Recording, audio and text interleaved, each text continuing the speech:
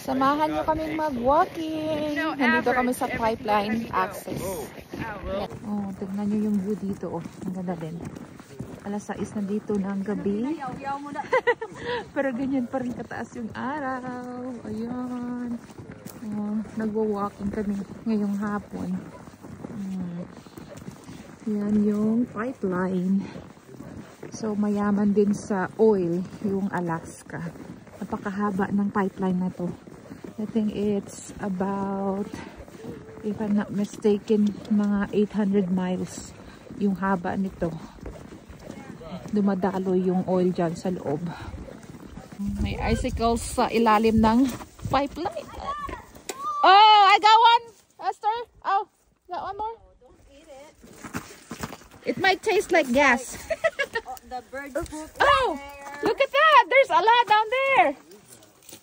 Tingnan nyo kung gaano kalaki yung footprint ng mga lobo dito. Wolves. Ayan, madami sila.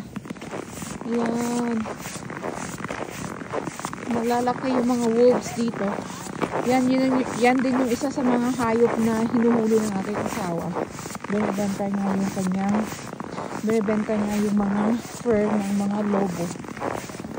Ang dami.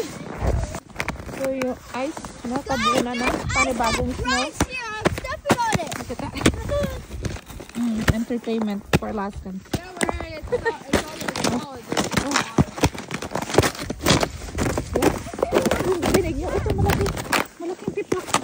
Oh, look! Ooh! Lightsabers. Lightsabers? Is that what you call lightsabers?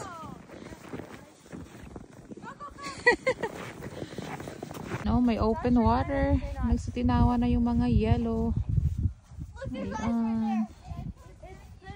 Hanggang doon pa, oh. Naglalakad ng mga bata. And then, dito yung inaapakan namin is frozen din na yellow. Tingnan nyo, madulas. Natabunan lang siya ng panibagong snow. Ayan. Open water ulit dito, oh. Oh, sobrang dulas yan. Tingnan nyo. Parang glass. You okay, Dad?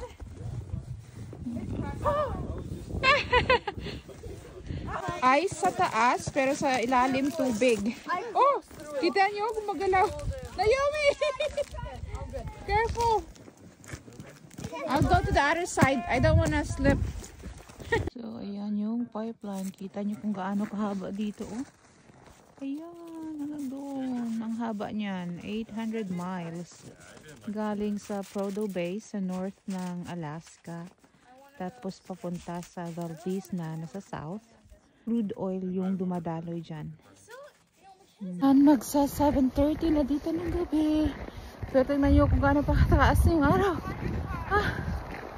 Malapit na kami sa aming mga sasakyan. Ayan, nakabalik na kami sa aming mga sasakyan. So yan yung view dito. Nasa gilid lang to ng highway.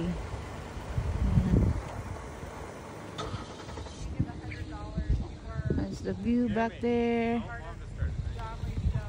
All right. Ready, Freddie? Ready?